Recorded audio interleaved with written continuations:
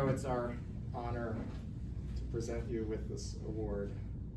We're so grateful for your many years.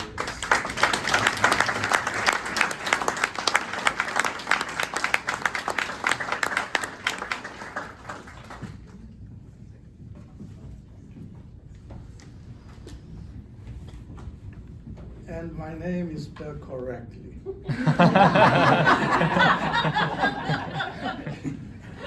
Only a two-syllable name, Stavrou.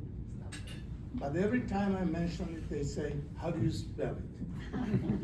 So finally, one day when I was in a restaurant and they asked my name, I decided instead of saying Stavrou, I would say Stavronson. No problem. A few minutes later, they called Stavronson for 6, please. Now, I have to tell you that I'm really deeply moved by this honor. First of all, because I was totally surprised. Secondly, because I know more than anybody else in this room that is pretty much undeserved. Like most important things in life are undeserved, beginning with our own salvation.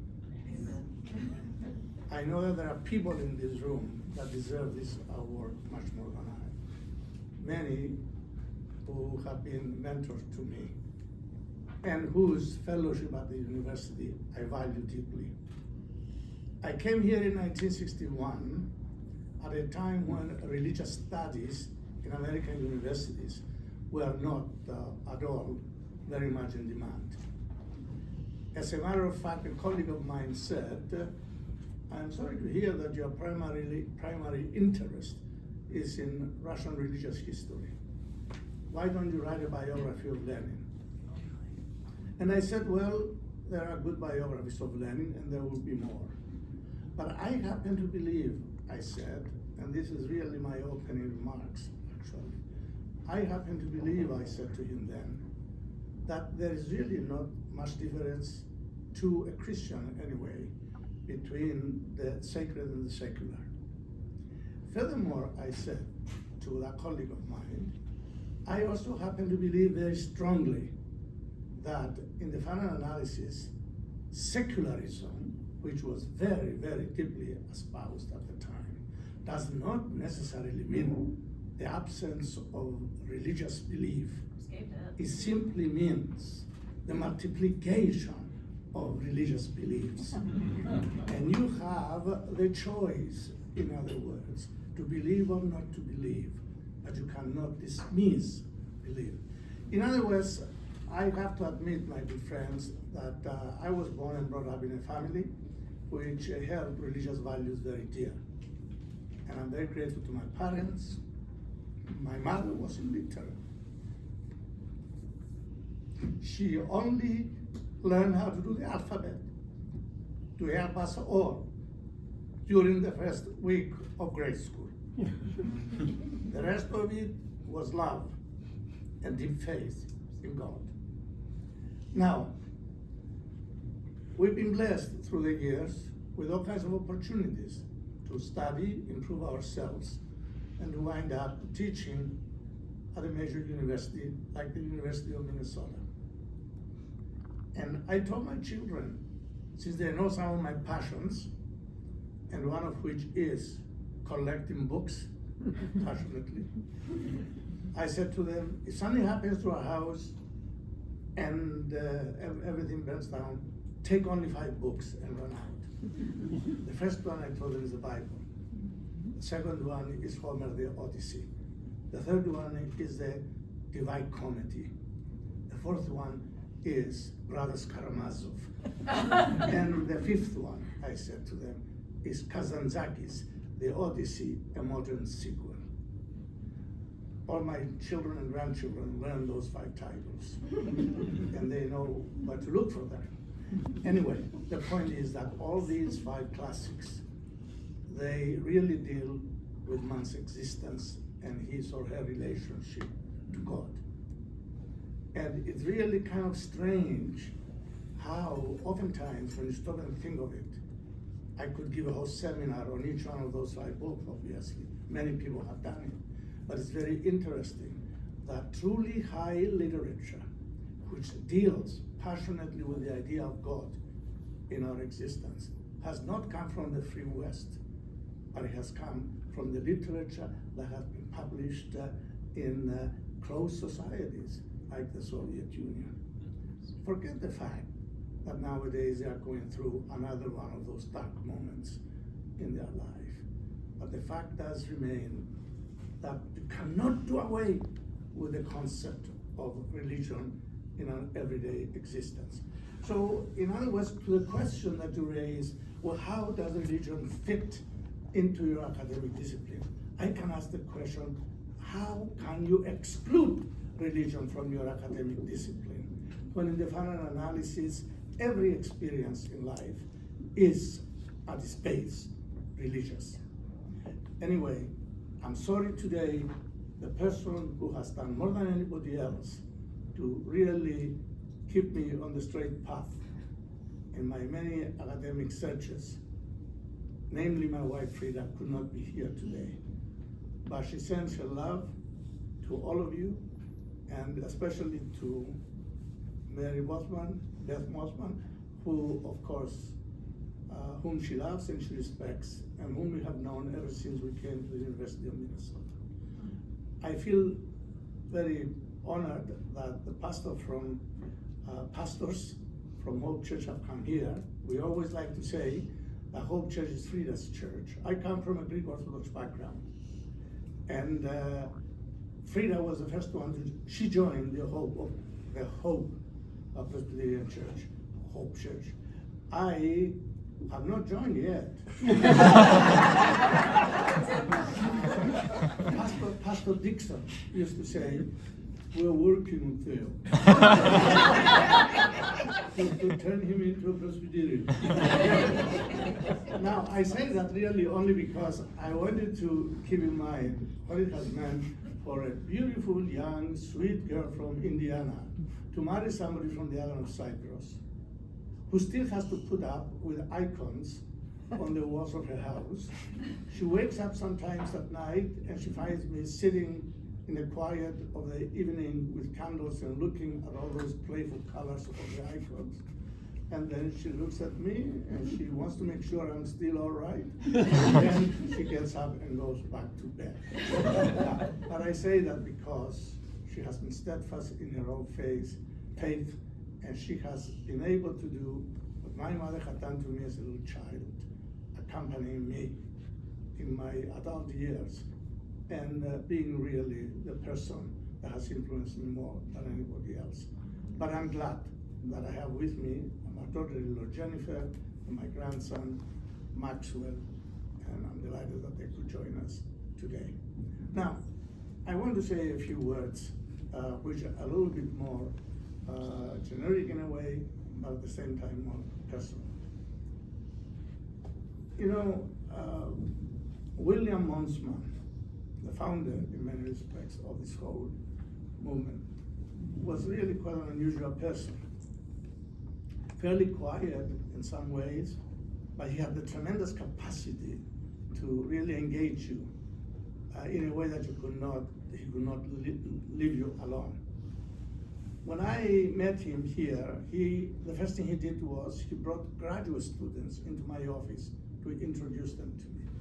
That was really his big gift, connecting people in a very quiet way. I remember when I returned from the Soviet Union in 1963-64, after I spent a year there, that he had a meeting at his house. I think Lanny Schmidt and Mrs. Schmidt, who is here with us, was there. Rutherford Harris was there that evening, and a few other Christian faculty members. They asked me to speak about the status of religion in the Soviet Union in 1963-64. I was one of the first people who participated in the cultural exchange program with the Soviet Union. And I do remember the questions they asked. They were very different questions from those asked by other audiences. They cared, they were concerned, and I realized at that home in the home of the Muslims, that there was really a nucleus of Christian faculty at the University of Minnesota. And that was indeed very precious realization on my behalf. I do remember asking a Russian professor of art who was visiting Minnesota in the early 70s, how many Christians do you think you can find at Moscow University? And he looked at me and said to me, oh, at Moscow University, Stavrou, he said, very few, very few. Perhaps at the whole Moscow University, you'll find 50 professors. I said to him, you have 50 Christian professors at Moscow University? I said to him, you have a hard time finding 5 on the west bank of the University of Minnesota. If you want to find them, I said to him, go over to the east bank, especially in the sciences. Now, for some reason or other, the scientists were a little bit closer theologically to the idea that they better admit, like the Orthodox do, to the idea of apophatic approach to theology. In other words, we have to approach God for what we don't know about him instead of all that we claim we know about him. Anyway, it was really a moment I will never forget, and neither will Frida, Beth, and we appreciate that opening and what have you. Now, and here is the point which applies specifically to this moment this morning. I was given 7 minutes. And why 7, for heaven's sake? Why not 5 or 10? 7 minutes, almost violating the provision. Anyway, but let me say something about this place here. It so happened that on the 4th floor, on one of the floors above, in this building, I had an office for 2 years. That's what the SPAN office was for many years. And I always admired this building at the corner here, that it would finally become the center of this kind of interaction of ideas and secularism and religion and faith and what have you. It never occurred to me that it would happen. At the corner of it, there was, what else? A best steakhouse. As a matter of fact, all the Greeks, when they first came here, if you go all the way from Boston to California, you're going to find out that there was always a Greek restaurant across the entryway to every major university. That's the nearest they could come, because they were illiterate. And then their children would enter the universities from those restaurants later on. Well, anyway, I knew this building, and I always admired it, but that it would become the kind of center you described is really a miracle. It really is a miracle. Amen. But you know, it was a Russian poet whose poetry is not read because they only read his novel, Dr. Zhivago, who said in his poetic expression, really, the miracle still comes from God. And it comes when we are perplexed, to free us from the entrapment of life. The miracle still happens, basically, he says. That's the apophatic approach. You cannot explain it totally, how, in other words, miracles happen, but they do happen, as we know. And I believe that really a lot of miraculous things are going to happen in this very space here. And lastly, and the most important thing, I know you people say that all professors are in some way frustrated actors or Sunday school teachers. And that is really true. All of us are frustrated actors or Sunday school teachers. But you know, some of us, I really believe, knew all along that we were going to be teachers. I knew I was going to be a teacher. Many people say we will our dreams. I say we will part of our future in God's grace. But I do remember in 1950, I received a little box from New York City from a relative with 2 dictionaries in it. I was at the English school in Cyprus as a senior. I picked up that box and I opened it. There were 2 dictionaries in them. And one of them said, compiled by a professor at New York University. When I took those 2 books and I walked into my class, listen carefully please, I really imagine myself walking on the mall of an American university. I had never seen a picture of an American university. I had never been. When in January of 1961, January 4th, I crossed from really Dickey Town into the university, and I stepped on the mall. It was that university that I had seen when I was in high school, and I've been here ever since. Now, one job, that's the one job. I told this to President Brunings one day when he complained that he had been here for many years, and I said to him, what are you talking about? I've been here 20 years longer than you have. and then he said to me, really, Stavrou? I said to him, yes. One job, I said to him, I own one house and one wife. And then he went like this, one job, one house, one wife. Gee, Stavrou, he says, I can't claim any of those. And I said to him, perhaps you led a more exciting life. But anyway, this has been an exciting place for me to work. I could not have asked for a better place to go and a better community to do that. And I believe that really the opportunities are great for Anselm House, for this particular to serve the university. But here is my concluding remarks. I said, most professors really are either frustrated actors or frustrated Sunday school teachers. In other words, they want to share ideas. They want to talk with people. That's what it basically means. Anyway, you know what is my favorite expression, theologically speaking, is in fact the word express. The way God really finally decided to express himself in the way that we could understand him, by the incarnation of Christ. That was probably the most beautiful expression, it seems to me, that God could demonstrate his love to us.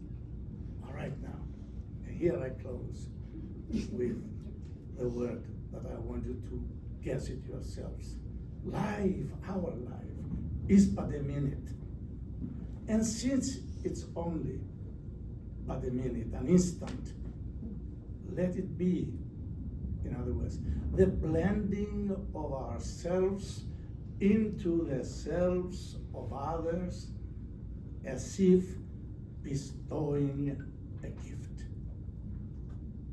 This is the ultimate purpose of a teacher, to blend ourselves the way God chose to blend himself into us through the incarnation. That's one reason why it is the noblest profession. That's why to this very day, I'm proud to say, never once in my 62 years did I go into my chair's office, into the dean's office, or into the president's office to make an issue to complain about my salary. I assume I'll do my job, that they'll be fair to me, and I think they were, but never argued. I should be more, because this is not a job. It's a privilege. Amen. And Thank you. You have no idea how terribly moved I am that you are choosing to honor with this award, partly because of its mission, but chiefly because of William Osmond, to whom I remember and make the memory be eternal. Thank you.